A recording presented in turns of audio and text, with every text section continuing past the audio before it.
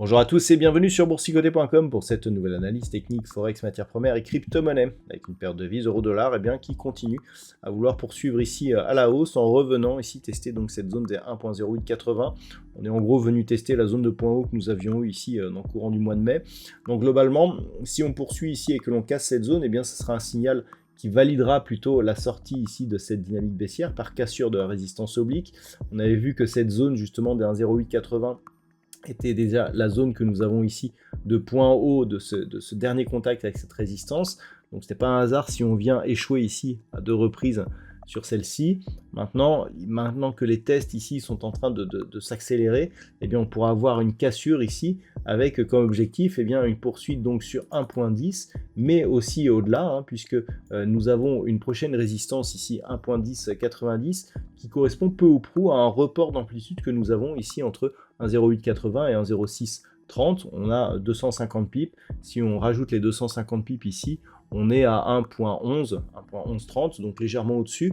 Donc clairement, cette figure ici que nous avons, qui ressemble un petit peu à une anse à une tasse avec anse, pardon. En cas de rupture de cette zone, pourrait nous donner des signaux assez intéressants et donc valider le mouvement haussier qui avait été lié à la rupture justement de cette résistance oblique.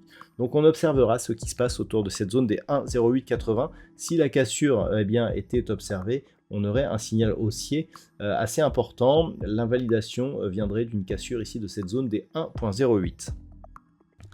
Sur la paire de devises livre sterling contre dollar américain, par contre, pas de problème, on valide la poursuite du mouvement haussier, inscription d'un nouveau plus haut significatif. On confirme donc la cassure ici de la zone des 1.2750 avec comme objectif cette zone ici des 1.2870 avant éventuellement de revenir sur la zone majeure des 1.30.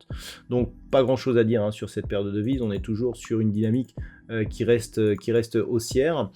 Niveau d'invalidation, la rupture ici de cette zone des 1.2610 au-dessus de laquelle évolue déjà la moyenne mobile 20 exponentielle. Sur l'or, nous avons une dynamique qui reste neutre, toujours enfermée dans ce range ici entre 2325 et 2418 $ l'once. On a marqué un nouveau record, mais qui n'a pas été relayé par une reprise de la dynamique haussière, puisqu'on évolue désormais autour de la moyenne mobile 20 exponentielle, mais même légèrement en dessous.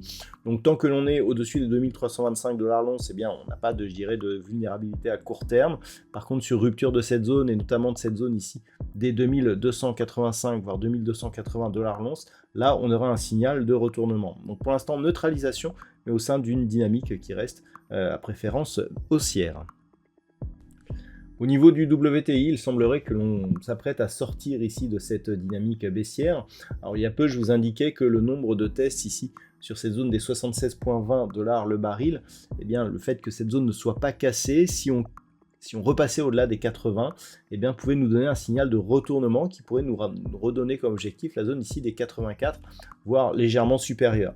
Donc c'est ce qu'il faut observer puisqu'on a cassé la moyenne mobile 20 exponentielle aujourd'hui. On se dirige donc vers cette zone des 80,50 $ le baril. On a ici un point haut sur cette bougie qui se situe à 80,11, donc on est vraiment ici entre 80 et 80,50. C'est vraiment la zone qu'il va falloir surveiller, puisqu'une cassure ici nous donnera un signal en quasi double bottom, qui pourrait donc nous donner comme objectif au-delà des 84 $ le baril. Donc c'est vraiment le point qu'il faudra surveiller. Invalidation de cette reprise haussière, si bien sûr on cassait la zone des 76,20 $ le baril. Et enfin, au niveau du Bitcoin, plus rien ne bouge. On est autour des 68 800 $ pour un Bitcoin. On se bat ici autour de cette zone horizontale. Toutefois, ce que l'on peut remarquer, c'est l'attaque ici que nous avons eue sur la bande de Bollinger supérieure. Depuis, on reste au-dessus de la moyenne mobile 20 exponentielle, ce qui nous indique que la tendance reste haussière.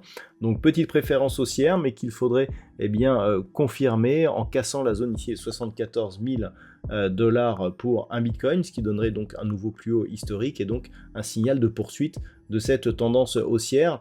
Bon, globalement, on a ici une belle impulsion avec quasiment pas de consolidation, c'est-à-dire c'était même étonnant de voir ici à quel point on était monté rapidement en absence de consolidation derrière une fois que le flux avait disparu. Donc on a toujours une préférence haussière puisqu'il y a des forces qui permettent au Bitcoin de se maintenir sur ces niveaux très haut perchés. Et pour confirmer la tendance, eh bien, il faudra inscrire un nouveau plus haut historique et donc casser la zone des 74 000 $ pour un Bitcoin.